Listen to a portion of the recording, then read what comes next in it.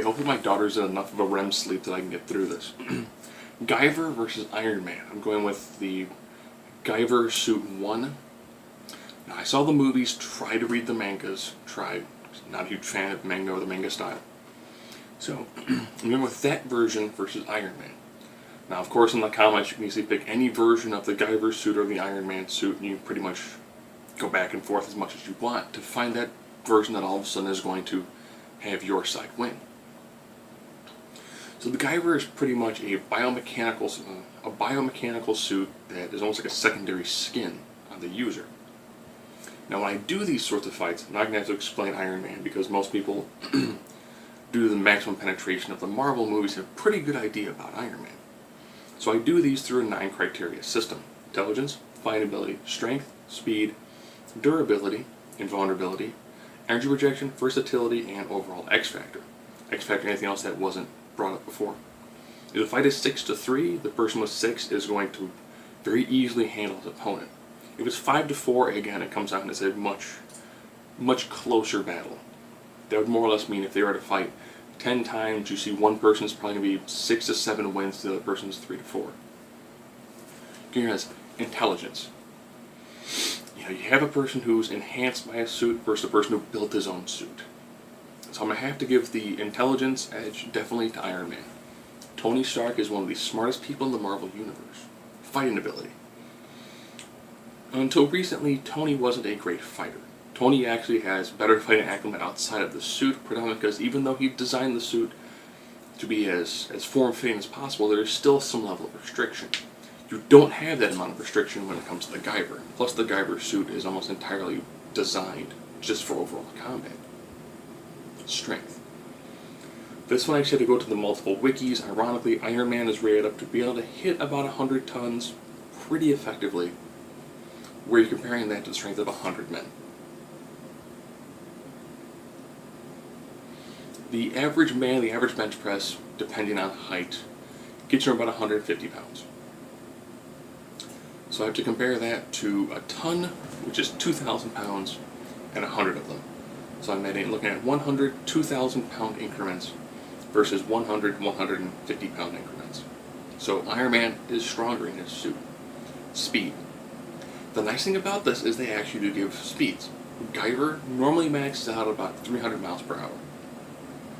Iron Man suits have been shown to actually can break the amount of speed that's needed to actually achieve trajectory off of this planet, which is 300 miles per minute. So Iron Man, if you're looking at max speeds, Iron Man is significantly faster. Now looking at durability, this is how fast you can recover from a battle.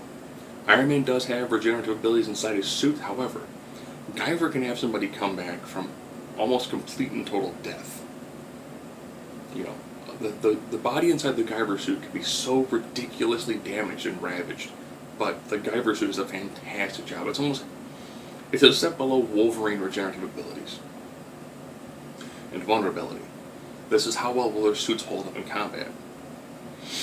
Ironically, when it comes to their overall designs, they're both fairly equal when it comes to how much damage they actually can take.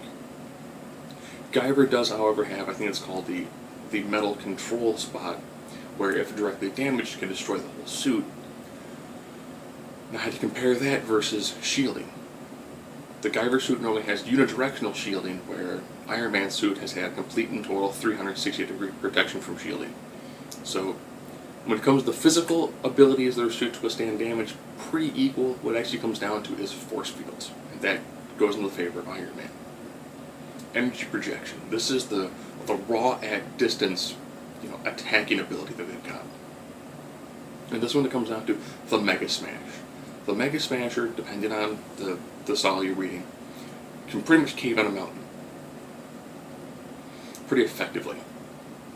And he's got a lot of tools that are just straight offensive tools. Now we're down to versatility. This is other sort of skill sets. This falls into Iron Man. Iron Man, he had to build his suit to do a little bit of everything. You have lots of offense, lots of defense, and other skill sets to it, where the Guyver is more uniquely geared towards being a combat suit. And now it comes down to that last important thing. That's the X Factor. I'm going to give the X Factor to Guyver, and here's why. One of the abilities the Guyver suit occasionally has is the ability to take over other technological suits, technological pieces of equipment. So, if it could be used to somewhat take over Tony's equipment, Tony, however, does a fantastic job when it comes to having systems in his suit that allow him to actually knock out control even from alien sources. So he probably has some things that will help him out with that. But Guyver, at the same time, being uniquely geared for just an offensive weapon, unless there's enough damage and it goes into a full defensive mode, has got enough little tricks and tools up its sleeve that's going to really give Tony a run for his money. Again, this is the Guyver 1 suit versus just a regular, somewhat generic Iron Man suit. You could go, what if it was like the Guyver 3, or if it was one of the more advanced models?